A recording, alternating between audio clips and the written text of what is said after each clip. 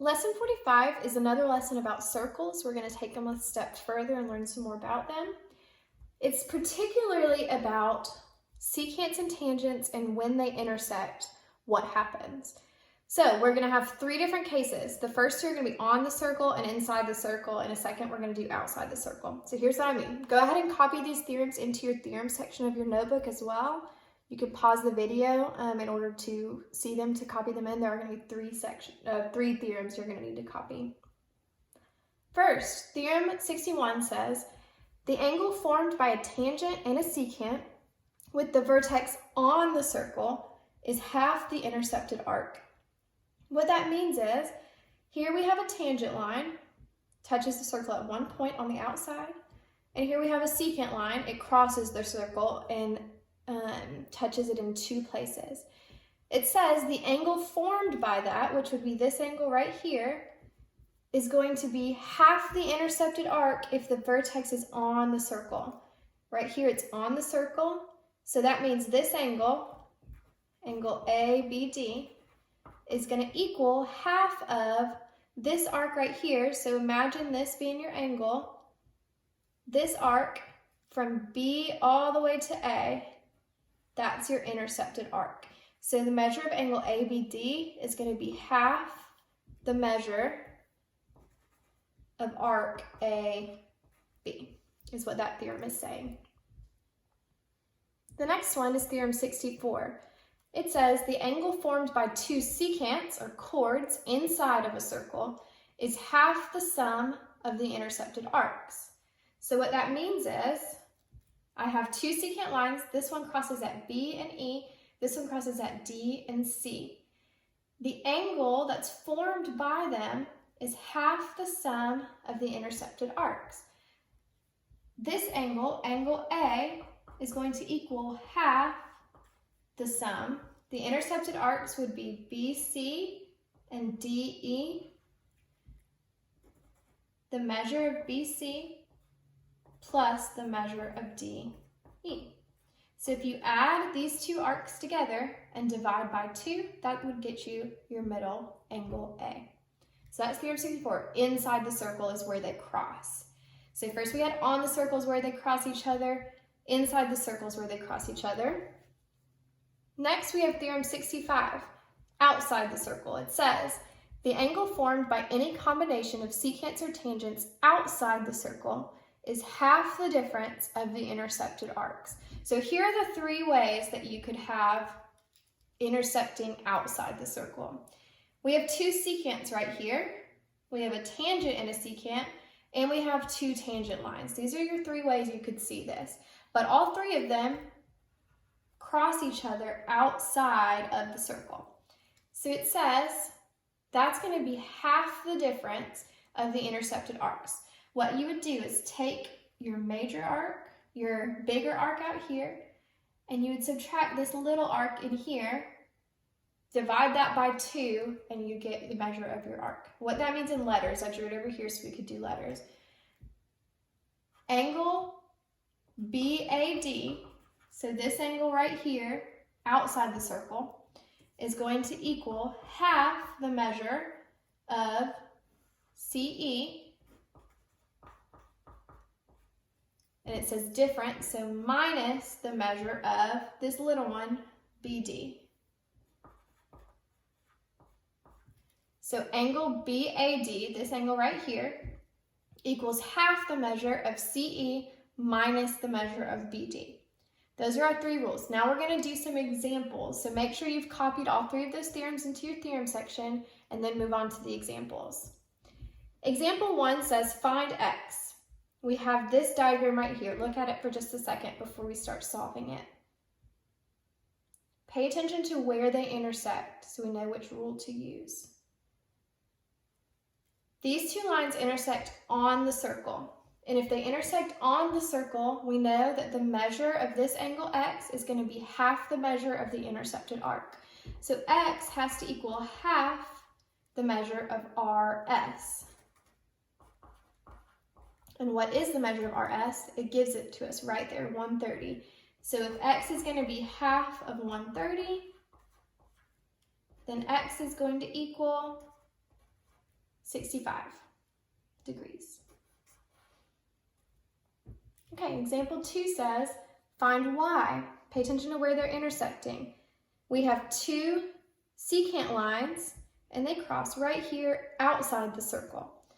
So what we're going to do to find y, we know that y is going to equal, it's this rule up here, 1/2 the measure of the outside arc, DC,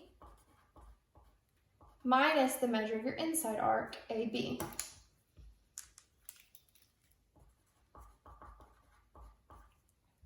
So that'll be 1/2.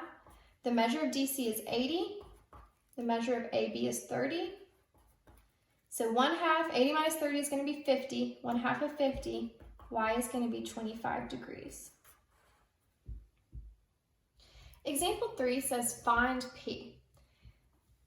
These two secant lines cross inside the circle. So we know that this angle in the middle has to equal 1/2 of the sum of the intercepted arcs. So we know 35 has to equal 1/2 the sum of 55 plus P. So in this case, we are not solving for the middle angle, your central angle. We are solving for one of the arcs, and it's P in this case. So first, distribute that 1/2. 35 equals 1/2 times 55 plus 1/2 times P. Let's just multiply everything by 2 to get rid of that 1/2, and it'll make it easier. So 70 equals 55 plus P. I just multiplied everything by 2. And then you would subtract 55, and you would get P equals 15 degrees. Example 4 says find Z. These two lines are both tangent lines, and they intersect outside the circle. So what we're going to have to do is Z is going to equal the large arc minus the small arc. 1/2 of that. 1/2 of the difference between the large arc ACB and the small arc AB. So the measure of ACB minus the measure of AB. Now, they only give us ACB, 200. How do we figure out measure of AB? Well, since these are tangent lines, we know that this arc out here, 200, has to add up with this arc to equal 360. So if this part is 200, the rest of it would have to be 160 degrees. So we'd have 1/2 times 200 minus 160. So 1/2 times 40, and that's going to equal 20. All right, last one. Example 5 says, given the diagram, find the measure of BD, the measure of BC, angle CGD, and measure of AE, and then last angle BFC. So let's just go in order. The measure of arc BD. So let's look at what we're looking for. BD is this arc right here. It intercepts right here at B and D. Follow it back and see what angle you have.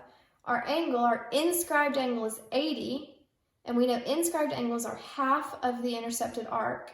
So our intercepted arc has to be twice that angle. So it's going to be 160 degrees. Then the measure of BC. BC is this part right here. Look at this whole thing. This whole BD is 160 degrees. We just found that. And then we know that this part is 60. So the measure of BC has to be BD minus CD. I'll write that down here.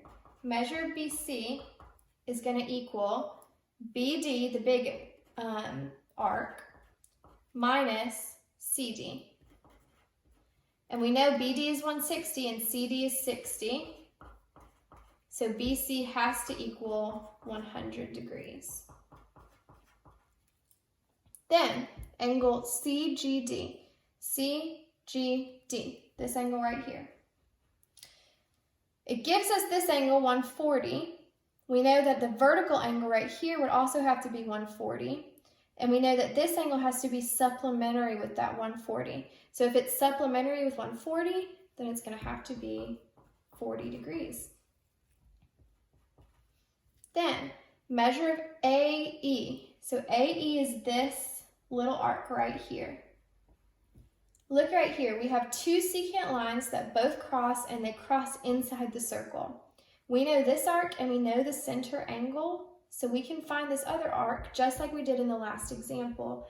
So it says 40 is going to equal 1/2 times, we are intersected inside the circle, so we add these two, 60 plus the measure of AE, which we don't know yet. Distribute that 1/2, 40 equals 30 plus 1/2 measure of AE. Subtract 30, 10 equals 1/2 the measure of AE. Multiply both sides by 2, so measure of AE is going to be 20. And then last but not least, BFC is going to be this angle right here. So we need to figure out this angle. It intersects outside the circle. So if we know this arc and we know this little arc, we subtract them and divide by 2. So angle BFC is going to equal 1/2 times BC minus AE. And we have found both of those already. So 1/2 BC was equal to 100 and AE was equal to 20. So we have 1/2 times 100 minus 20, 80. So 40 degrees would be BFC. All right, and that is example 5. Here are all of your answers. Make sure you copy it down and take good notes and copy the diagram down.